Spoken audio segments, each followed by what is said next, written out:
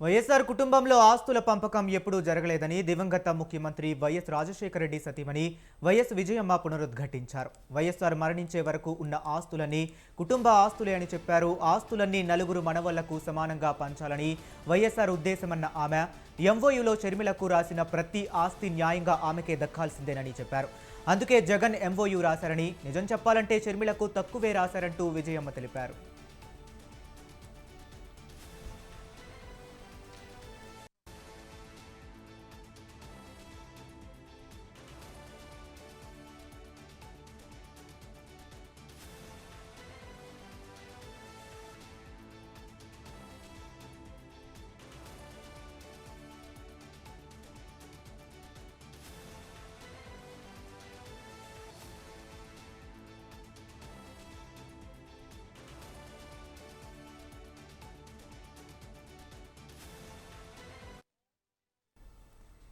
వైఎస్ఆర్ కుటుంబంలో ఆస్తుల పంపకంపై ఎప్పుడూ చర్చ జరగలేదని దివంగత ముఖ్యమంత్రి వైఎస్ రాజశేఖర రెడ్డి సతీమణి వైఎస్ విజయమ్మ పునరుద్ఘాటించారు.